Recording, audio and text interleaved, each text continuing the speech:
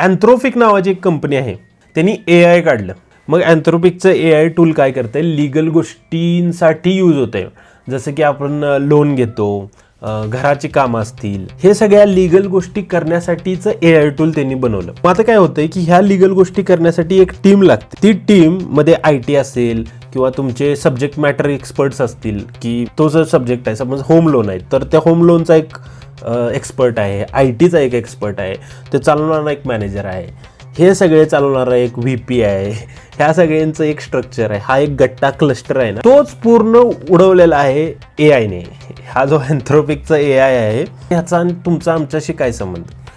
तुमच्या यांच्याशी संबंध सगळ्यात जास्त आहे, कारण ही जी मी लोकं सांगितली ना आत्ता, टेक्नॉलॉजी सांभाळणारा मॅनेजर, परत त्यांना सांभाळणारा व्हाईस प्रेसिडेंट, ह्या सगळ्यांना सांभाळणारी जी IT इंडस्ट्री आहे, इन्फोसिस, TCS कंपन्यांचे शेअर्स जे आहेत ना, धाड पडायला सुरुवात झाली. कारण या कंपन्यांचे मोस्टली प्रोजेक्ट हेच आहेत.